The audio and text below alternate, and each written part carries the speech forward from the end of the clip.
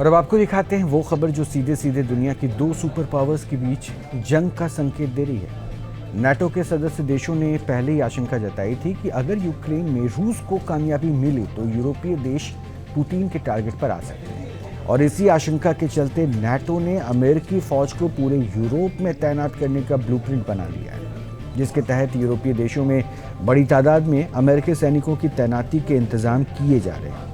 रूस के खिलाफ नाटो के इस सुपर सीक्रेट प्लान को आज टीवी पर हम डिकोड करेंगे और आपको बताएंगे किस तरह पुतिन और बाइडेन ने अगले युद्ध के लिए कमर कस ली है।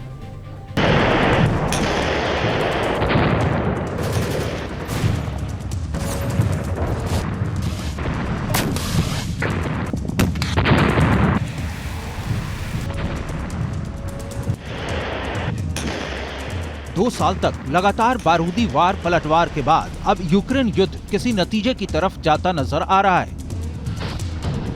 डोनेस्क, लुहांस्क और ज़ैपोरिज़िया में रूस ने निर्णायक बढ़त बना ली है और अब रूस के निशाने पर खार्किव और माइकोलेव जैसे प्रांत हैं।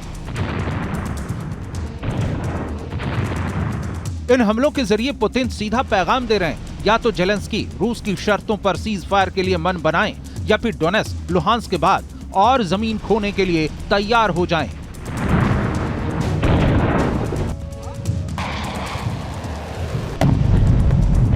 युद्ध में यूक्रेन को बैकफुट पर देखने के बाद यूरोपीय देशों में डर बैठ गया है, कहीं यूक्रेन के बाद पुतिन नाटो के सदस्यों को अपना निशाना न बनाए। इस डर के चलते नाटो ने पूरे यूरोप को एक सिक्योरिटी कवर देने का फैसला किया है, जिसकी बुनियाद में है अमेरिकी फौज। इस प्लान के मुताबिक 3 लाख अमेरिकी सैनिकों को पूर्वी यूरोप में नाटो सदस्यों की जमीन पर तैनात किया जाएगा। इस तैनाती के लिए समंदर और जमीनी रास्तों को तैयार करने का काम भी शुरू हो गया है। लातविया, एस्टोनिया और लिथुआनिया जैसे बाल्टिक देशों के लिए सैनिक अमेरिका से एयरलिफ्ट किए जाएंगे और उन्हें नॉर्वे पहुंचाया जाएगा। नॉर्वे से जमीनी रास्ते से फिनलैंड होते हुए ये सैनिक बाल्टिक देशों तक पहुंचाए जाएंगे। पोलैंड के लिए सैनिकों को पहले नीदरलैंड्स पहुंचाया जाएगा, जहां से वो पोलैंड की तरफ कूच करेंगे। रोमानिया तक सैनिकों को पहुंचाने के लिए इटली से सैनिकों को समंदरी या फिर जमीनी रास्तों से पहुंचाया जाएगा और हंगरी के लिए अमेरिकी सैनिकों को ग्रीस और तुर्की के जरिए ट्रांसपोर्ट किया जाएगा।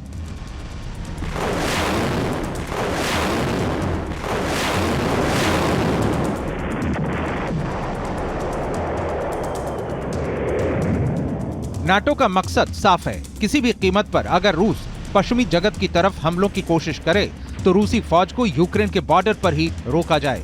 इस प्लान के पीछे 2 मकसद हो सकते हैं। पहला ये कि रूसी फौज को एडवांस के लिए जगह ही नहीं दी जाए और दूसरा ये कि अगर हालात युद्ध की तरफ ले जाएं तो उसकी तपिश पश्चिमी यूरोप तक न पहुंचे। जंग से जितनी भी बर्बादी हो उसका दायरा बाल्टिक और पूर्वी यूरोप तक ही सिमट जाए।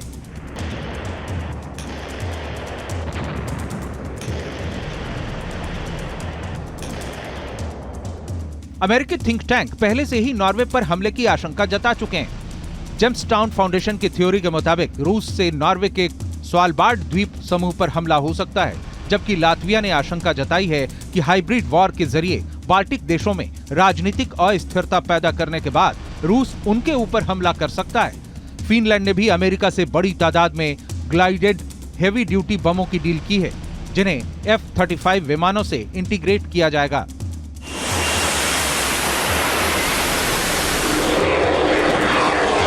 नाटो को अंदेशा है कि यूक्रेन युद्ध के खत्म होने के 3 साल के अंदर ही रूस अगली जंग के लिए तैयार हो जाएगा। यूक्रेन युद्ध के दौरान लगातार हथियारों की टेस्टिंग और निर्माण कर पुतिन ने भी संकेत दिया है कि बारूदी लपटों की तपिश यूक्रेन पर खत्म नहीं होगी। यही वजह है कि नाटो लंबे अरसे तक रूस को यूक्रेन में ही उलझाए रखना चाहता है। जर्मनी जैसे देशों ने यूक्रेन को नए एयर डिफेंस सिस्टम भेजे हैं। स्वीडन और नॉर्वे से यूक्रेन को F-16 फाइटर जेट मिलने वाले हैं, जबकि अमेरिका मिलिट्री एड की एक खेप भेजने के बाद अगली भेजने की तैयारी कर रहा है। Important that Congress passed crucial support for Ukraine and for other allies.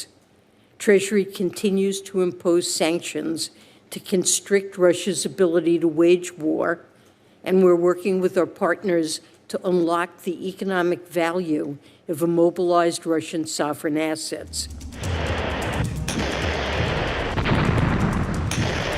Latvia, Estonia और लिथुआनिया जैसे छोटे नाटो सदस्यों की सरजमी पर पहले से ही नाटो की फौज तैनात है। हालांकि इनकी तादाद कम है, लेकिन टुकड़ियों में ज्यादातर अमेरिकी सैनिक हैं, जिनकी वजह से अमेरिकी आर्मी को इन देशों की भौगोलिक स्थिति का तजुर्बा है। अगर प्लान के मुताबिक 3 लाख सैनिक तैनात किए गए तो नाटो इसे भले ही सुरक्षा से जुड़ा कदम करार दे, लेकिन रूस इसे उकसावे भरी कार्रवाई ही करार देगा।